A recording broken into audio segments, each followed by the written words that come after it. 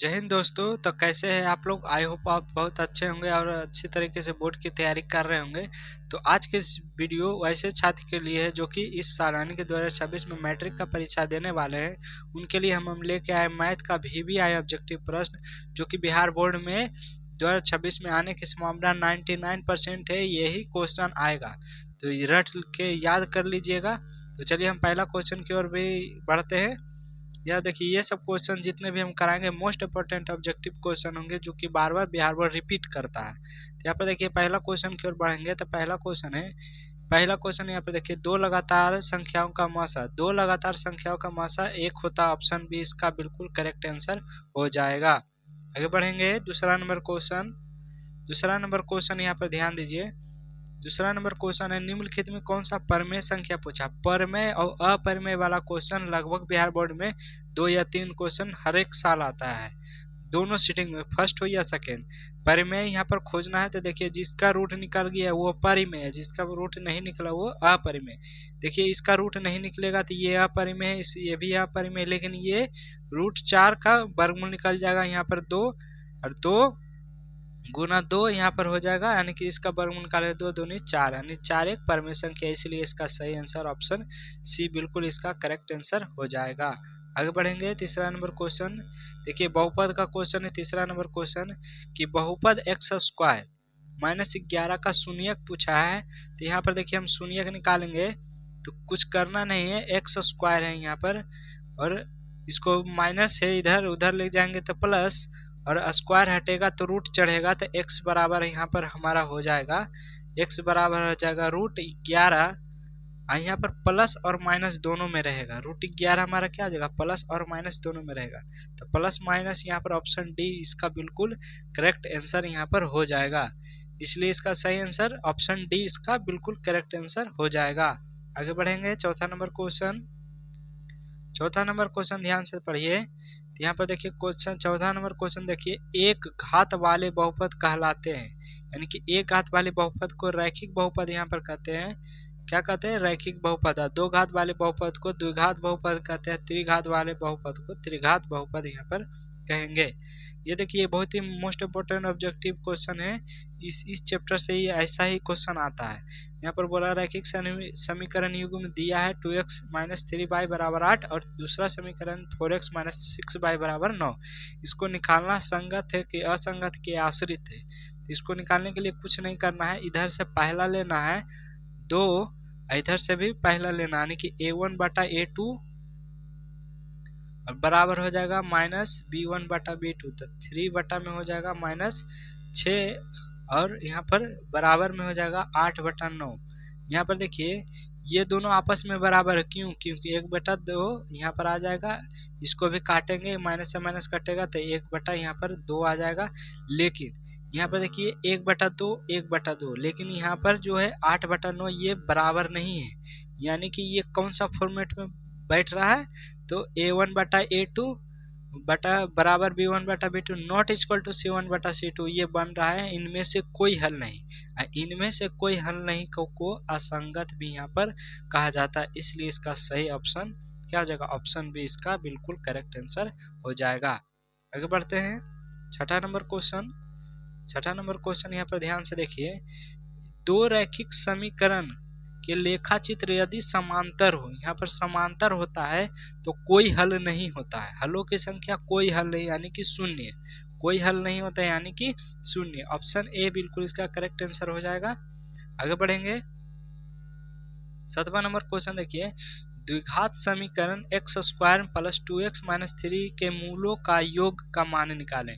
मूलों का योग यानी कि अल्फा प्लस बीटा का मान यहाँ पर पूछ रहा है। तो अल्फा प्लस बीटा बराबर क्या होता है, -b/a।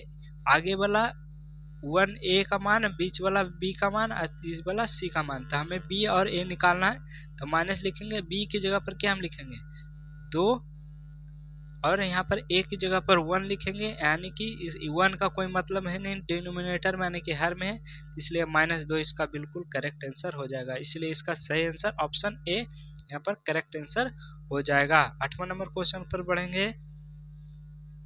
8वां नंबर साथ आप सब भी सॉल्व करते चलिएगा।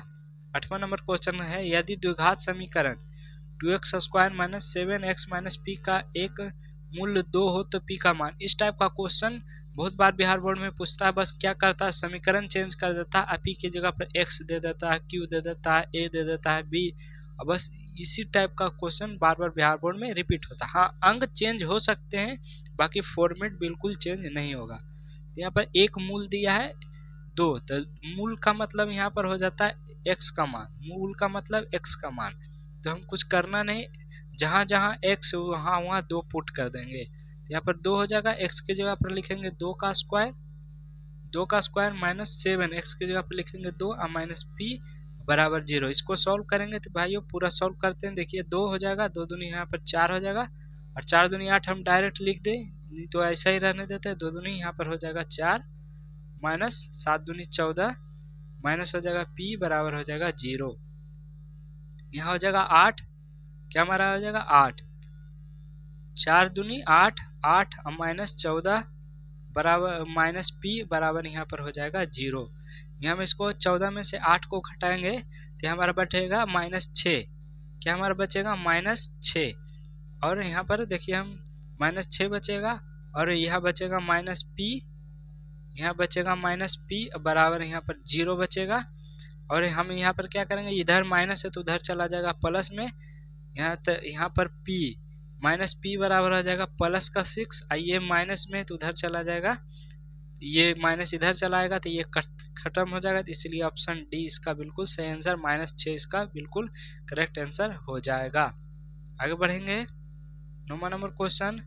ये देखिए ये इस टाइप का भी क्वेश्चन बहुत बार पूछा। ये एपी का क्वेश्चन है, एपी का क्वेश्चन है। यहाँ पर पूछा सार मंत्र, यानी कि डी का मान पूछा था। डी का मान निकालने क्या क्या करते हैं, दूसरा को पहला से यहाँ पर घटा देते हैं।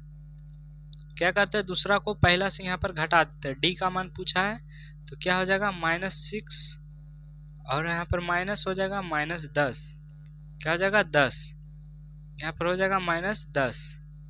अब हम घटाएंगे तो यहाँ पर क्या हो जाएगा माइनस, ये माइनस माइनस हो जाएगा -6, और माइनस माइनस हो जाएगा प्लस, यहाँ पर हो जाएगा 10, ये 10 है 10, माइनस प्लस माइनस करेंगे, माइनस प्लस माइनस करेंगे तो यहाँ पर प्लस माइनस माइनस हो जाएगा तो 4। यहाँ पर प्लस वाला सही आंसर होगा, माइनस में नहीं, क्योंकि बड़ा का चिन्ह होगा, यहाँ पर आ गया 4। इस प्रकार से हम निकाल सकते हैं बिल्कुल आसानी से। 10वां नंबर क्वेश्चन बहुत ही आसान है। इसको बताइए समांतर श्रेणी का 10वां पद पूछा है। इसमें कुछ करना नहीं, ए का पहले मान निकालना। तो ए का मान क्या होता है, प्रथम पद, ए की जगह पर लिखेंगे प्रथम पद यानी कि 2, और डी का मान निकालेंगे तो क्या करेंगे 7 से 2 को घटा देंगे, यानी कि दूसरा को पहला पद से घटा देना है, तो डी का मान यहाँ निकल जाएगा 5। और हमारा 10वां पद पूछा यानी कि T10 पूछा है, तो हम क्या लिख सकते हैं, T10 को a + 9d लिख सकते हैं बिल्कुल। और a की जगह पर लिखेंगे यहाँ पर 2 + 9, और यहाँ पर d की जगह पर लिखेंगे 5। 9 × 5 = 45, 2 × 47, ऑप्शन सी बिल्कुल इसका करेक्ट आंसर हो जाएगा। बिल्कुल आसान था। इसी जगह पर समांतर श्रेणी बदल देगा, 10वां की जगह पर 12वां पद पूछ देगा, तो सेम फॉर्मेट में आपको बना के आंसर निकाल लेना है। आगे बढ़ेंगे 11 नंबर क्वेश्चन। देखिए ये भी क्वेश्चन बहुत बार बिहार बोर्ड में आ चुका है कि दो समरूप त्रिभुज के क्षेत्रफल का अनुपात 64:121 है, तो इनका संगत भुजाओं का अनुपात क्या होगा। कुछ नहीं करना है, इसका वर्गमूल निकालना है। 8 का वर्गमूल यहाँ पर यानी कि 64 का वर्गमूल 8 हो जाएगा, 121 का वर्गमूल यहाँ पर 11 हो जाएगा। ऑप्शन ए बिल्कुल इसका करेक्ट आंसर हो जाएगा। कभी कभी इसको उल्टा कर देता, संगत भुजाओं का अनुपात दिया रहता है, हमें संगत क्षेत्रफलों का अनुपात निकालना है। तो करना कुछ नहीं है, जब भुजा दिया रहेगा तो उसका वर्ग निकाल देना है, जब क्षेत्रफल दिया रहेगा तो उसका वर्गमूल निकाल देना है। बिल्कुल आसान है। 12वां नंबर क्वेश्चन की बढ़ेंगे। देखिए 12वां नंबर क्वेश्चन, त्रिभुजों का तीनों कोनों का योगफल होता है, तो तीनों कोनों का योगफल यहाँ पर 180 डिग्री होता है। ऑप्शन बी इसका बिल्कुल करेक्ट आंसर हो जाएगा। आगे बढ़ेंगे 13 नंबर क्वेश्चन। देखिए ये हमारा निर्देशांक ज्यामिति का क्वेश्चन है। बिंदु 4,3 किस पाद में है। तो देखिए प्लस प्लस है, यहाँ पर प्लस प्लस क्या हो जाएगा, हमारा प्रथम पाद में होता है। प्लस प्लस हमारा प्रथम पाद में यहाँ पर होता है। और यहाँ पर यदि इसी के जगह पर माइनस प्लस दे दे तो द्वितीय पाद और तृतीय पाद में तीनों का तीनों क्या होता है, माइनस में होता है, और चतुर्थ पाद में ये प्लस और माइनस होता है। ये चीज आपको याद रखिएगा, कभी भी आपको कंफ्यूजन नहीं होगा। आगे बढ़ेंगे 14 नंबर क्वेश्चन। ये भी क्वेश्चन देखिए बहुत बार पूछा है। बिंदु बदल देता है, बिंदु -6 -8 की कोटि पूछा। कोटि यानी कि बाई का मान, कोटि यानी बाई का मान, तो x और बाई होता है x, बाई, तो बाई का मान -8। ऑप्शन बी इसका बिल्कुल करेक्ट आंसर हो जाएगा। आगे बढ़ेंगे 15 नंबर क्वेश्चन। 15 नंबर क्वेश्चन ये देखिए, त्रिकोणमिति का क्वेश्चन सबसे ज्यादा बिहार बोर्ड में पूछा जाता है। त्रिकोणमिति का लगभग त्रिकोणमिति चैप्टर से 20 से 25 मार्क्स का सिर्फ ऑब्जेक्टिव आता है, और सब्जेक्टिव की बात अभी हम नहीं कर रहे हैं, ना कि लॉन्ग आंसर की बात। सिर्फ ऑब्जेक्टिव 20 से 25 क्वेश्चन आता है, समझ लीजिए इसका वेटेज बहुत हाई होता है। तो यहाँ पर देखिए साइन थीटा बराबर 3/5, तो कॉस थीटा का मान पूछा है। बिल्कुल आसान है। साइन, यहाँ पर साइन थीटा बराबर क्या होता है, लंब बटा कर्ण।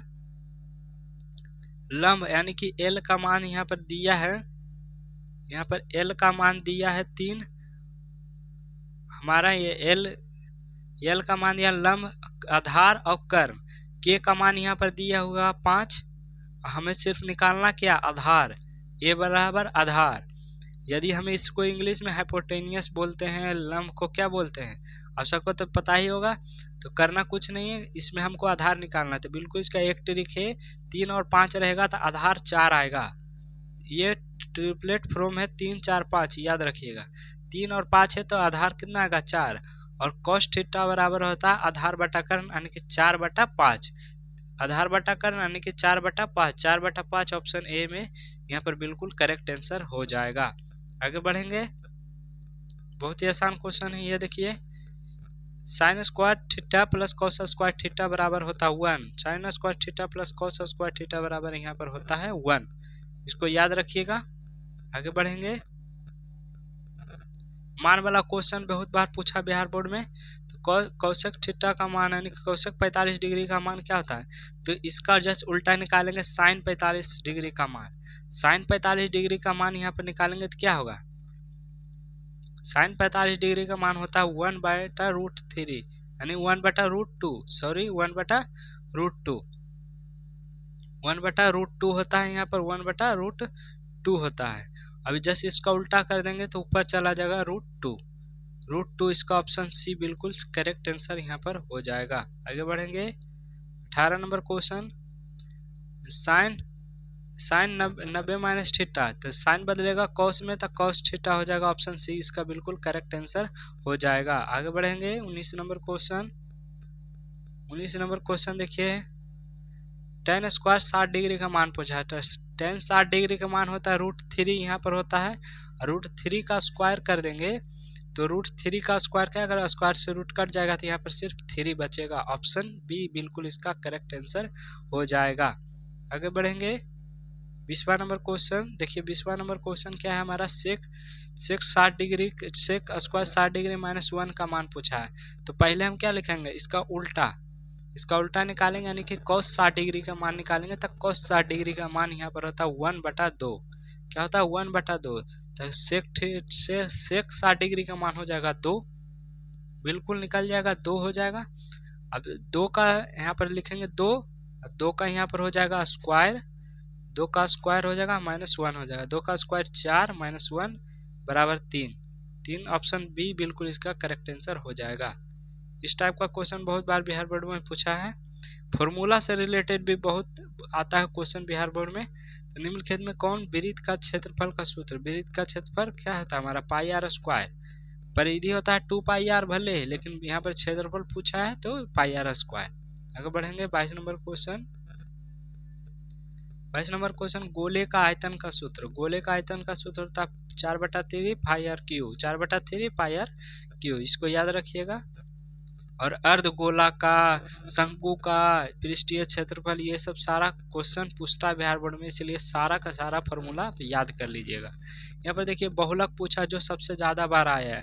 तो सबसे ज़्यादा बार देखिए यहाँ पर 2 ही नज़र आ रहा है। 2 कितने बार है, 1 2 3 बार है। जो सबसे ज़्यादा बार रहेगा वही बहुलक है। बहुत ही आसान क्वेश्चन था। 24 नंबर क्वेश्चन देखिए, प्रायिकता का क्वेश्चन। एक सिक्का उछालने पर एक चित्त आने की प्रायिकता। तो जब एक सिक्का को उछालेंगे तो क्या आएगा, हेड या तो टेल आएगा। तो पूरा संभावना 2, यहाँ पर चित आने की संभावना, तो चित आने की 1 बार है, तो 1/2, 1/2 ऑप्शन ए बिल्कुल करेक्ट आंसर हो जाएगा। आगे बढ़ेंगे। ये लास्ट क्वेश्चन है, किसी घटना का प्रायिकता नहीं होती है। माइनस में कभी भी किसी घटना का प्रायिकता नहीं होती है। इस प्रकार से आप जरूर बताइएगा कि आपको 25 क्वेश्चन में कितना क्वेश्चन आपका सही किया, यानी कि करेक्ट कितना क्वेश्चन आपको आपने से खुद से बना, करेक्ट कितना आपका करेक्ट आंसर गया। आप कमेंट में जरूर बताइएगा। तो चलिए नेक्स्ट वीडियो में मिलेंगे, इसी तरह के मोस्ट इम्पोर्टेंट ऑब्जेक्टिव के साथ मिलेंगे अगले वीडियो में। जब तक के लिए जय हिंद, जय भारत।